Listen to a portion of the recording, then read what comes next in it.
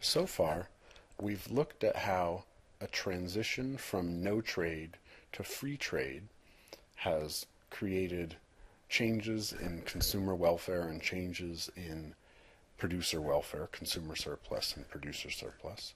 Now we're going to go ahead and look at how a transition from free trade to some kind of trade intervention or restriction is going to affect consumer surplus, producer surplus, and overall economic efficiency. I'm mainly going to concentrate on import restrictions because those are the most common, but I will talk a little bit about export restrictions as well. So let's begin with talking about a tax on imports, what's called a tariff. And the effect of a tariff is basically to push up the effective world price. So while at the previous world price of PW, suppliers had wanted to sell this amount and buyers had wanted to buy this amount, when we raise the effective world price, then some suppliers who couldn't profitably compete with the imports before now can profitably compete with those imports, so quantity supplied grows. Some consumers who were willing and able to buy the product at this relatively low price now are unable or unwilling to buy the product at this higher price, so quantity supplied shrinks. So while initial imports were this big distance here between QS and QD, imports are now this smaller distance here between quantity ST and quantity DT. So we've shrunk imports. If we start thinking about economic welfare, initial consumer surplus is everything below the demand curve and above the old price, which is P sub W. If we think about initial producer surplus is everything below P sub W and above the supply curve. So this itty-bitty triangle here. Once we have the tariff, producer surplus is now everything below the new price and above the supply curve. So producers gain area A.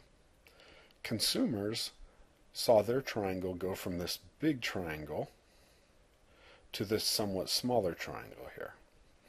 And so consumers are going to lose a significant amount of economic welfare. In fact, they lose all of these colored regions.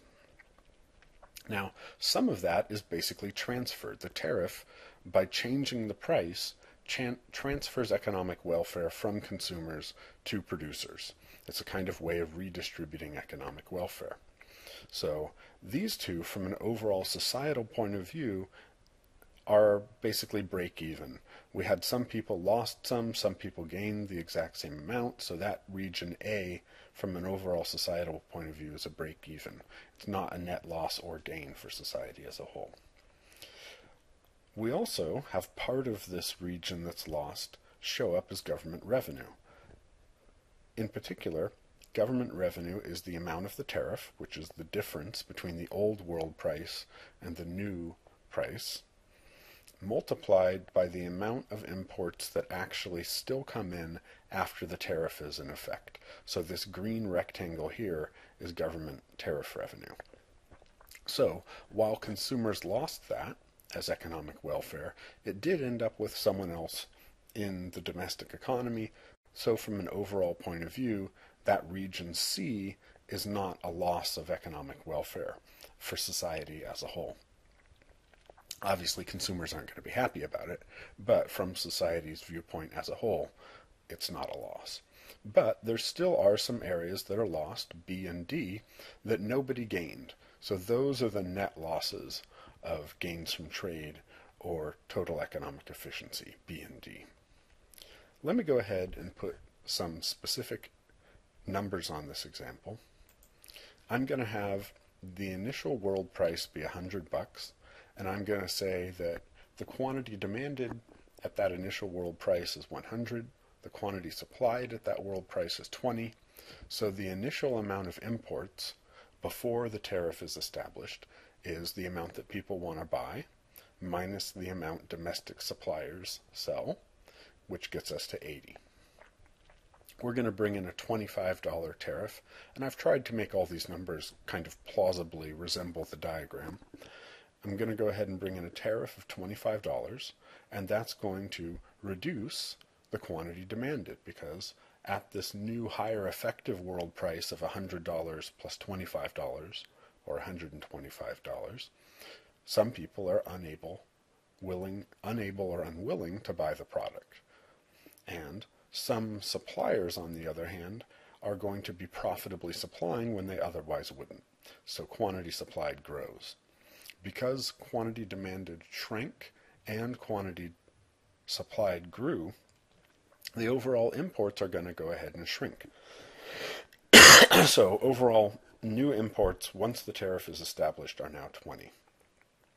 Going back here and measuring this sort of trapezoid of private sector loss here, the way to figure out the area of a trapezoid is you average the length of these two sides and then you multiply by the height.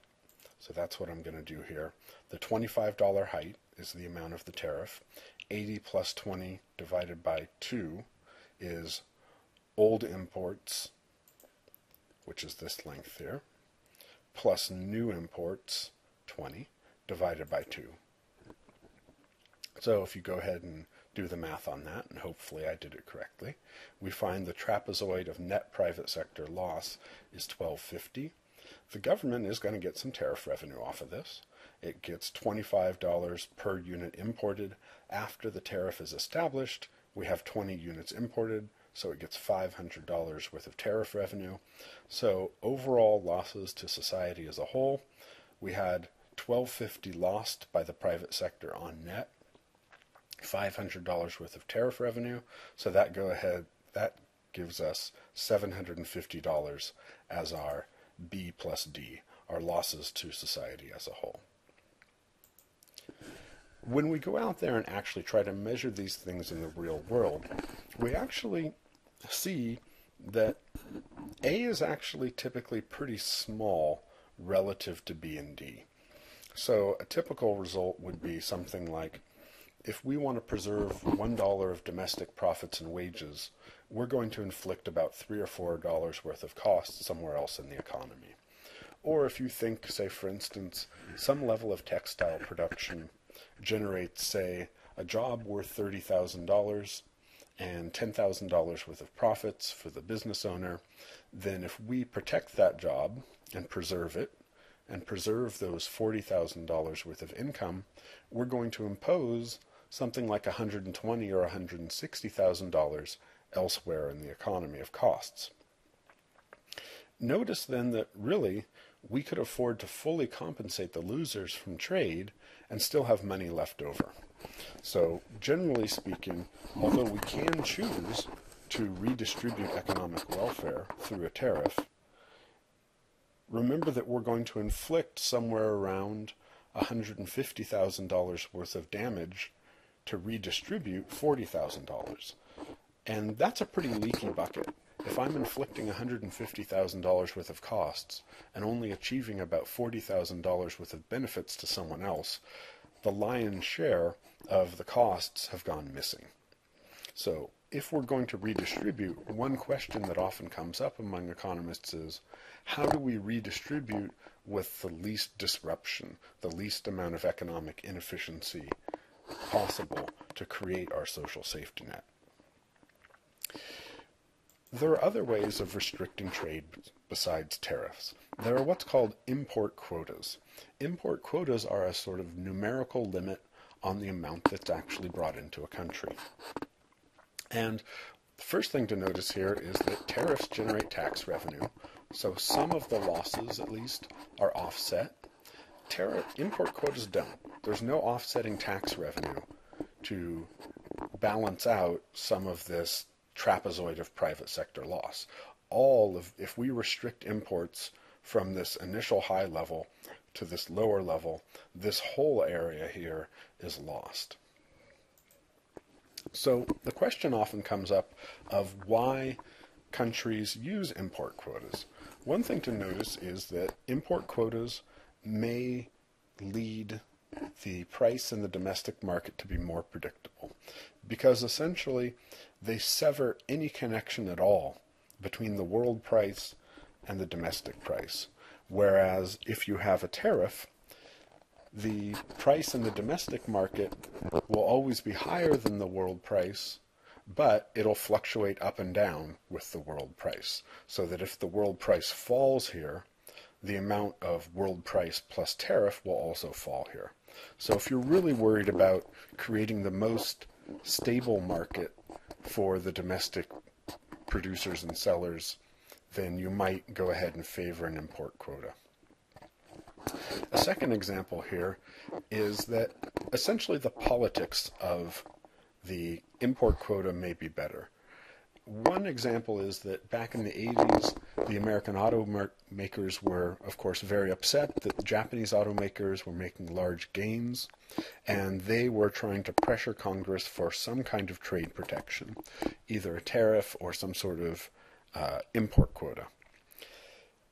But of course, there's the risk of triggering a trade war with Japan if the United States just launches off its own import quota or tariff.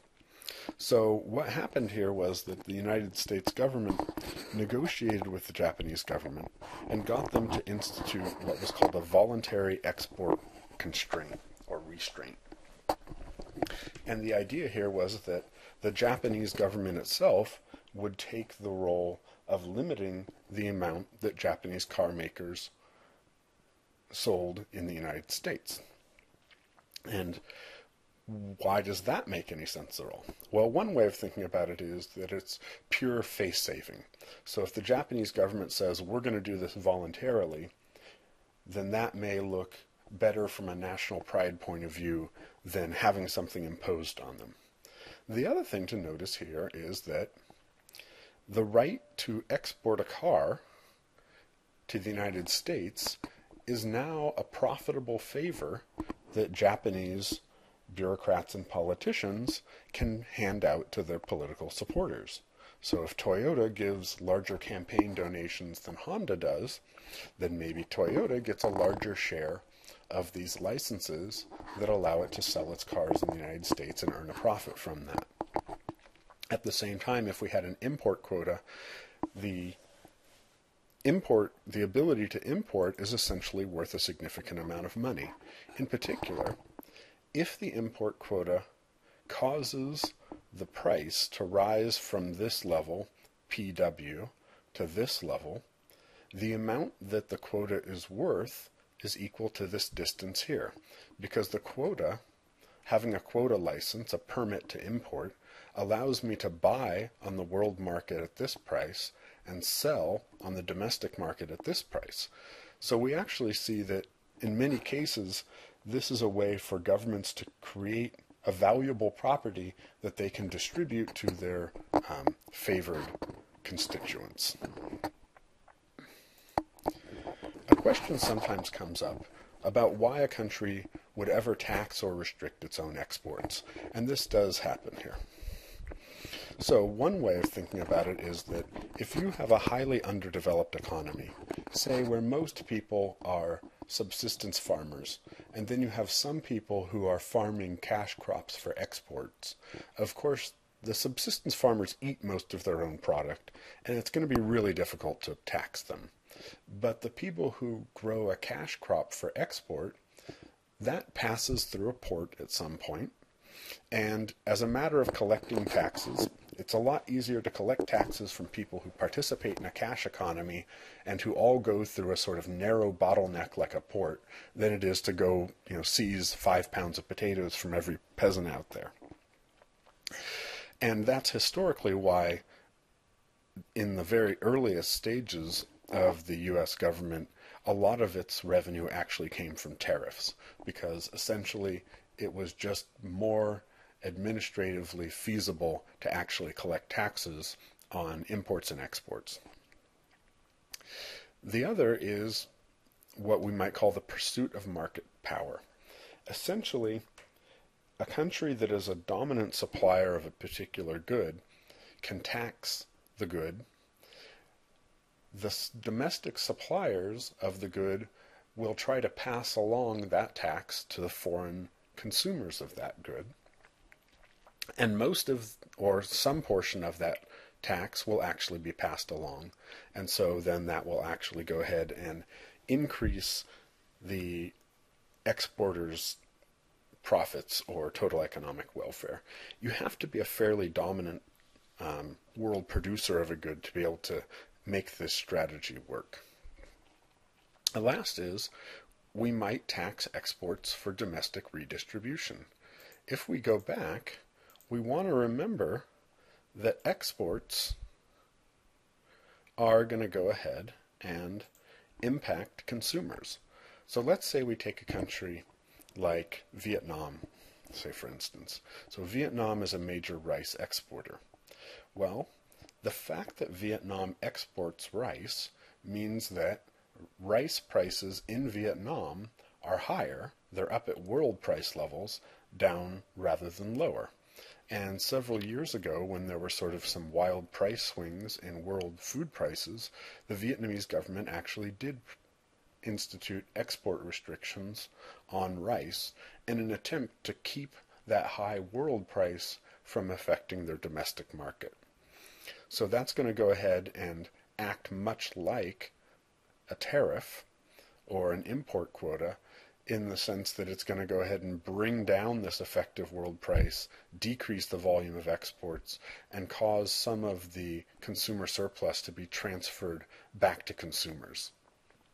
And you can see why you might do that if you were interested in, making sure that people had enough to eat and were not going to riot in the streets and throw you out of power and that kind of stuff. Before I said that a country really needs to be a dominant producer of a good to make this idea of using a tariff or an export restriction to increase its economic welfare. And one scenario that people often bring up is what's called OPEC, the Organization of Petroleum Exporting Countries. And OPEC is what we call a cartel, or at least an attempted cartel. So it's a group of countries that are major oil exporters, not all of them, and they get together periodically and decide, well, we think oil prices are too low, let's all restrict our output and push oil prices up. Or, now that we've pushed oil prices up, we're pretty comfortable with everyone increasing their production a little bit again. And at least among Americans of a certain generation who lived through the 70s, there's a lot of sort of fear and anger about OPEC. But I think that's maybe exaggerated. If we go out there and look at who actually has what share of total oil production, the countries that are in OPEC that make it onto this list, these are the top countries, are Saudi Arabia, Iran, the United Arab Emirates, and Iraq. So about half of the countries that are in the top 9 or 10 here that I've got on this list are in there. And if you sort of add up their production shares, we've got 12% for Saudi Arabia, plus 5% for Iran, we're up to 17%, plus another 4% for the United Arab Emirates, we're up to 21%, plus Iraq at 3%, so we're up to 24%. And controlling 24% of world production is nowhere close to being an effective monopolist. If we go ahead and just looked at the United States and Russia, we're up to 23%. And we certainly wouldn't think that if the two of them teamed up, they would be an effective monopolist either. Complicating this is that cartels basically run into the problem of, after everyone restricts their production to keep prices up, then there's going to be an enormous temptation to cheat on the cartel and to sell more than you agreed to take advantage of that now higher price. So this whole issue of OPEC is one that I think is really way overblown in people's imagination. And again, I think people sort of were traumatized by one or two particular episodes in the 1970s. Last thing to say here is that sort of the real cutting-edge issues in trade aren't really on tariffs and quotas. Mostly, if you look around the world, tariffs and quotas actually are pretty minimal. The thing that often comes up in trade disputes are what are called non-tariff barriers, and really this is non-tariff, non-quota barriers. And these are essentially various kinds of hidden trade restrictions. So it might be, say, for instance, that there's some kind of legal harassment against foreign firms. So right now in the news, there is in particular a lot of stories coming out that Chinese authorities are enforcing anti-monopoly statutes against foreign companies extremely strongly, but not enforcing them at all against domestic firms. So you can see how that sort of differential treatment constitutes a kind of restriction on trade, because that differential treatment is a kind of tax or burden on the foreign producers. The other thing we sort of look into is what are sort of discriminatory licensing requirements. So it might be that foreign firms are required to meet a higher licensing requirement than domestic firms. And sometimes sort of health and safety standards also are used and applied in differential ways, so that foreign producers are required to meet higher health and safety standards than domestic producers. My favorite example here is another trade dispute involving Japan, actually. And in this particular case, French ski producers were finding themselves threatened by Japanese trade restrictions. And the French skis were, of course, produced and tested on snow in Europe. And Japanese ski producers and their allied friends in government attempted to argue that, well, you need to retest all these skis in Japanese conditions and, test them on Japanese snow, because Japanese snow is different, and until you do that, you can't sell your French skis in Japan. To which the French negotiators replied, well, of course, it's also true that French roads are different than Japanese roads. So perhaps we should stop the sale of Japanese cars in the sale of Japanese cars in France until we get that tested. At which point I think everybody got a lot more reasonable and stopped their dispute. The World Trade Organization is something that people sometimes have heard about, and I think this is something where people are pretty unclear about what that is. And the World Trade Organization essentially is a voluntary organization. Countries don't have to join it. But when they do join it, they agree to abide by a certain set of non-discriminatory practices of their own firms versus foreign firms. And so really it's a kind of mutual disarmament, or at least sort of arms limitation, when it comes to trade warfare. And I think it's probably true that the World Trade Organization does find itself swayed more by the interests of large rich countries like the United States or the EU or Japan than small poor countries. I think that's probably inevitable to any international organization. I think it's probably true of the UN, that the UN, say if you look at the Security Council, is also more heavily influenced by large, powerful countries than by small, weak ones. And I think the question to ask ourselves is, do small, weak countries do better when there's some kind of legal framework to restrain the actions of large, powerful countries, and they can try to tie them to a common set of rules? Or do small, weak countries do better when there's no rules at all and no legal standards at all? And at least in my mind, I think it's pretty obvious that if I were a small, weak country, I would rather at least have large, powerful countries pursuing their interests within a set of rules than completely doing whatever the heck they wanted all the time with no constraints at all.